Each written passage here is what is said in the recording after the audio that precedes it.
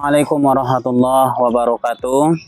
Perkenalkan Bapak Ibu, saya Muhammad Amin, dosen Fakultas Ekonomi dan Bisnis Islam pada Institut Agama Islam Rokan Bagan Batu dengan mata kuliah Fikih Muamalah. Dalam pembelajaran saya menggunakan Student Center Learning dengan pendekatan problem based learning. Selamat menyaksikan. Baik, Assalamualaikum warahmatullahi wabarakatuh. Waalaikumsalam warahmatullahi wabarakatuh. Apa kabar adik-adik semua? Alhamdulillah. Kita masuk kepada materi pembelajaran kita hari ini.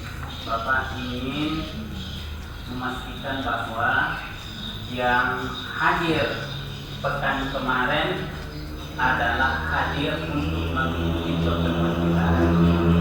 Oke, untuk absensi nanti Bapak kirim di Google Form, silakan dijawab itu untuk kehadirannya. Pertemuan kita sebelumnya itu kan adalah kewajiban kita untuk mengeluarkan zakat dari harta yang kita miliki sesuai dengan ketentuan di dalam Al-Quran surah At-Taubah ayat 60. Pertemuan kita kali ini akan lanjut kepada muamalah secara umum, yaitu ketika kita sebagai seorang muslim di negara yang minoritas muslim memberikan zakat yang kita miliki sebagai seorang muslim kepada orang yang beragama non-muslim. Saya ingin Anda memberikan jawaban atau apa yang Anda ketahui tentang zakat kepada orang non-muslim. Oke, siapa? Silakan, Dek Sarah.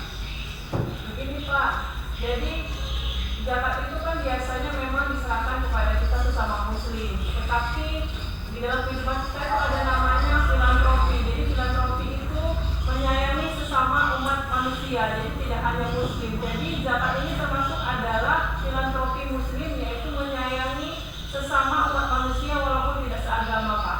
Setelah kita dengarkan tadi apa yang disampaikan oleh teman kita mengenai konsep filantropi, walaupun tidak satu agama, tetapi kita memiliki tanggung jawab yang sama kepada sesama manusia.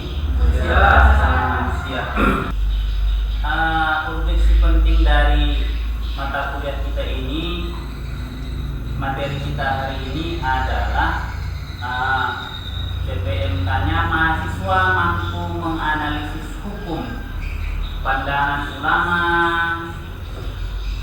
praktik kontemporer mengenai pemberian zakat kepada non-muslim dalam perspektif fikih muamalah serta mengaplikasikannya dalam konteks sosial masyarakat. Jadi konsep Negara Kesatuan Republik Indonesia yang kita disatukan dalam Pancasila dan Bhinneka Tunggal Ika, maka kita kenal ada istilah moderasi. Jadi adik-adik sekalian, Bapak ingin Anda memberikan statement tentang moderasi beragama ini. Siapa yang bisa memberikan statement tentang moderasi beragama? Oke, silakan. Kita mempelajari dari moderasi seperti Quran Al-Taibah ayat 60 dan pendapat buka ulama fikih, tetapi juga mengembangkan data sosial, kemiskinan, lintas agama dan kebutuhan masyarakat dalam mengeluarkan zakat. Ingin ada di antara kita yang memberikan statement tentang apa hubungan materi kita ini kepada moderasi beragama. Siapa yang bisa? Oke, silakan. Dalam konteks masyarakat luas seperti Indonesia, bantuan zakat kepada non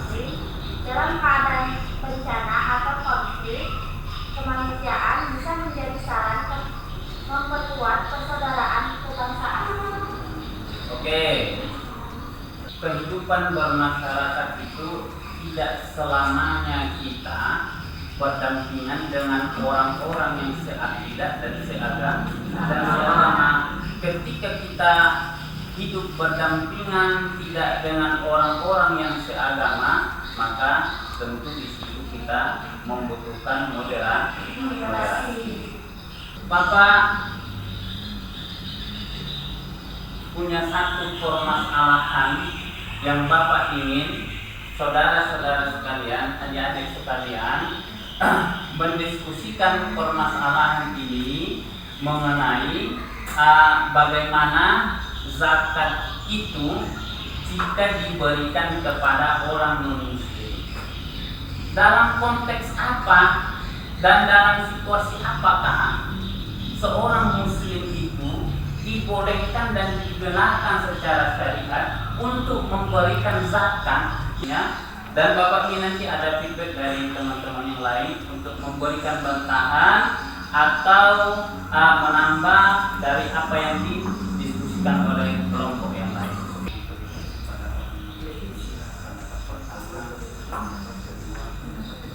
Siapa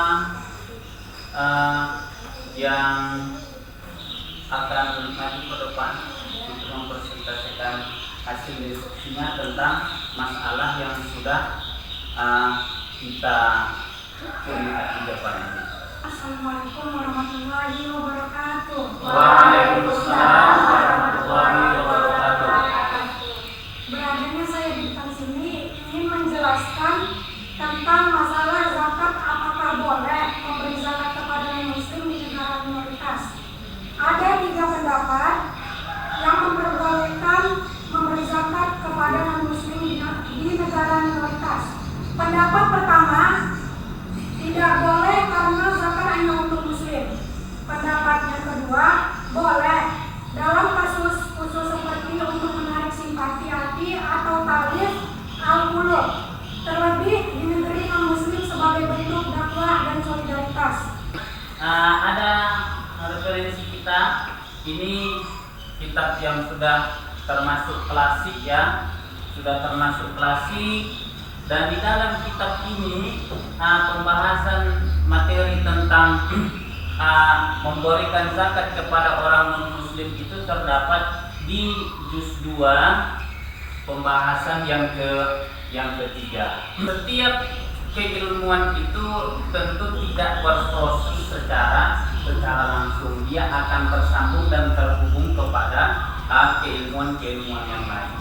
Maka tidak tertutup kemungkinan juga dengan materi kita yang hari ini, dengan mata kuliah kita ini, bahwa ini ada integrasi keilmuannya yang terhubung langsung kepada disiplin ilmu di luar disiplin ilmu yang kita kaji ini. Tentu dia integrasi keilmuannya kepada sains dan apapun itu. Dan bersama dengan kita diskusikan, maka Bapak ingin di antara adik-adik yang memberikan kesimpulan tentang materi kita ini dari awal sampai selesai. Sebenarnya kesimpulan? Ya, oke, silakan. Kesimpulan dari program kita pada hari ini adalah tidak hanya mampu memahami hukum zakat secara tekstual, tapi juga mampu mengaitkannya dengan nilai kemanusiaan, semangat moderasi dan pendekatan ilmiah yang interaktif, sehingga dapat menjadi agen perubahan sosial dalam masyarakat multikultur. Oke, mungkin itu saja untuk materi perkuliahan kita hari ini. Kita cukupkan, insya Allah kita lanjut pertemuan berikutnya. Hari ini kita tutup dengan hamdalah. Alhamdulillah.